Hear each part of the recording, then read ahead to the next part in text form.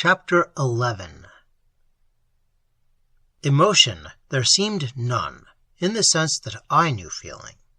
I knew, if anything, the ultimate secrets of two primitive sensations, joy and awe.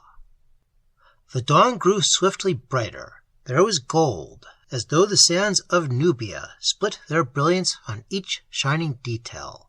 There was glory, as though the retreating tide of stars spilt their light foam upon the world. And there was passion, as though the beliefs of all the ages floated back with abandonment into the sun.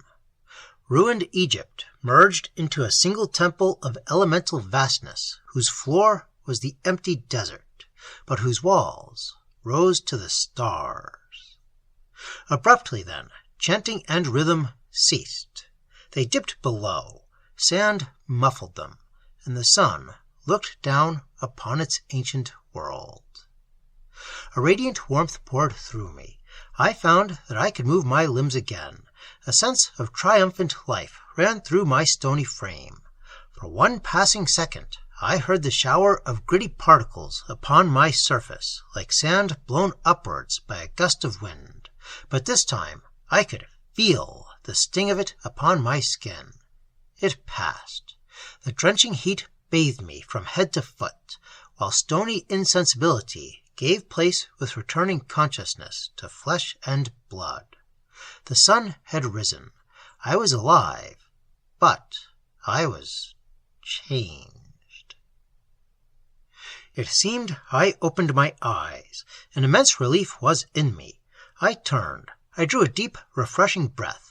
I stretched one leg upon a thick green carpet. Something had left me. Another thing had returned. I sat up, conscious of welcome release, of freedom, of escape. There was some violent, disorganizing break. I found myself.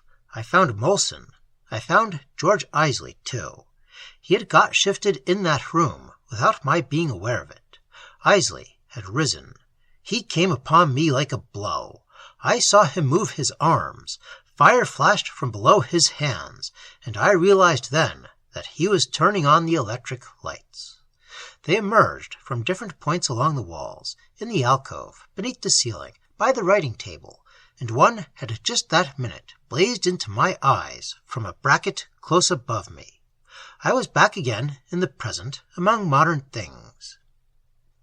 But while most of the details presented themselves gradually to my recovered senses, Isley returned with this curious effect of speed and distance, like a blow upon the mind. From great height and from prodigious size, he dropped. I seemed to find him rushing at me. Molson was simply there. There was no speed or sudden change in him, as with the other. Motionless at the piano, his long, thin hands lay down upon the keys, yet did not strike them. But Isley came back like lightning into the little room, signs of the monstrous obsession still about his altering features. There was battle and worship mingled in his deep-set eyes. His mouth, though set, was smiling. With a shudder, I positively saw the vastness slipping from his face, as shadows from a stretch of broken cliff. There was this awful mingling of proportions. The colossal power that had resumed his being drew slowly inwards. There was collapse in him, and upon the sunburned cheek of his rugged face I saw a tear. Poignant revulsion caught me then for a moment. The present showed itself in rags. The reduction of scale was painful. I yearned for the splendor that was gone, yet still seemed so hauntingly, almost within reach.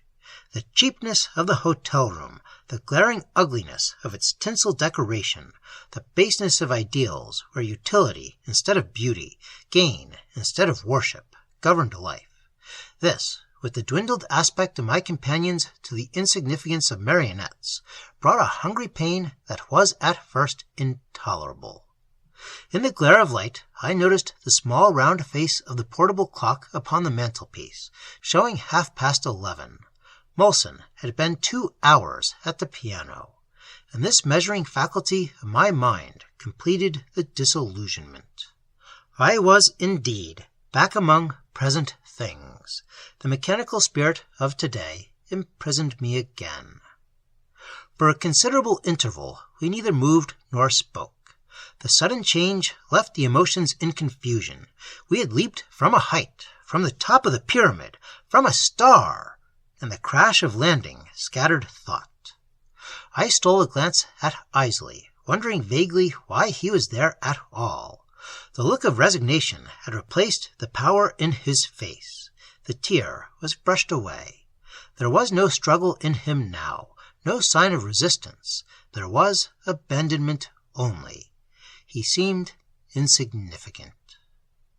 The real George Isley was elsewhere. He himself had not returned. By jerks, as it were, and by awkward stages, then, we all three came back to common things again. I found that we were talking ordinarily, asking each other questions, answering, lighting cigarettes, and all the rest. Molson played some commonplace chords upon the piano, while he leaned back listlessly in his chair, putting in sentences now and again, and chatting idly to whichever of us would listen. And Isley came slowly across the room towards me, holding out cigarettes. His dark brown face had shadows on it. He looked exhausted, worn, like some soldier broken in the wars. "You liked it?" I heard his thin voice asking. There was no interest, no expression. It was not the real Isley who spoke. It was the little part of him that had come back. He smiled like a marvelous automaton. Mechanically, I took the cigarette he offered me, thinking confusedly what answer I could make. "It's irresistible," I muttered. "I understand that it's easier to go." "Sweeter as well," he whispered with a sigh, "and very wonderful."